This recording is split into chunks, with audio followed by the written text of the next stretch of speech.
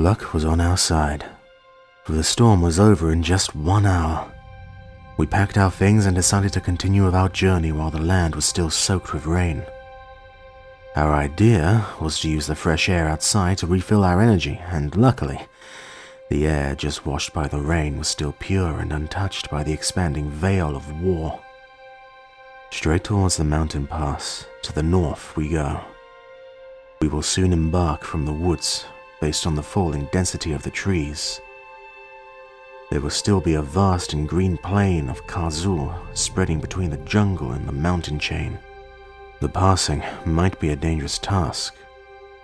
If we are lucky to find the old road through the marshes, we will still be an easy target for anyone watching over the plain. There are no trees or stones that could cover us and obstruct the vision. However, we will also notice any potential danger coming to us from miles away. The plains of Khar'zul were once home to a great battle between ancient races, before the current races and their variations even formed. If you are to believe in the old stories, the ghosts and specters of the fallen warriors are still haunting the place, coming out only under the veil of the dusk mist. If I was here only 1 year ago, I would not dare to step into the plain and risk getting caught in it during the night. But now, having my friends around me, I am feeling rather optimistic. But, like I said, these are just the stories, probably planted from within the ranks of the Omni-Order to the common folk around to keep them on the safe distance.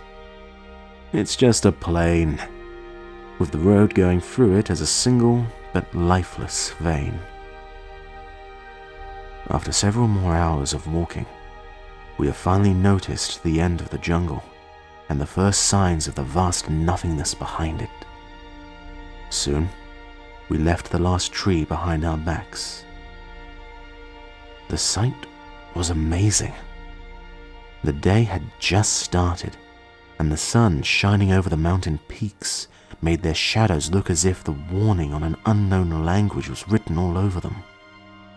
Revan was first to break the deadly silence. "We have a whole day to pass the plain, and if I am not mistaken, I believe I can see the signs of the old road only a mile from here. Look there." He was right. We could all see the grey path now, cutting the green plain in half. However, something else he said confused me.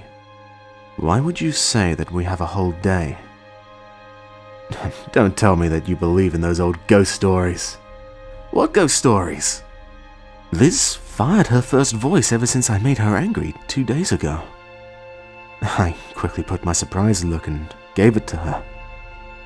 This was the moment when she realized that I won't be fooled anymore into thinking that she is still mad at me. The small and humble but visible smile in the corner of her lips was an obvious sign that her anger was long gone. Revan did not notice this small and funny thing that occurred, so he continued with a serious voice. "They could be the stories, but this is not the first time for me to walk over this plain.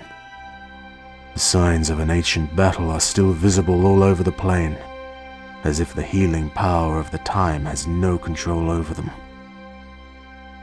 The blue blood of goblins mixed with the red blood of other races, with the remains of the ancient weapons and equipment can still be found if you look for them.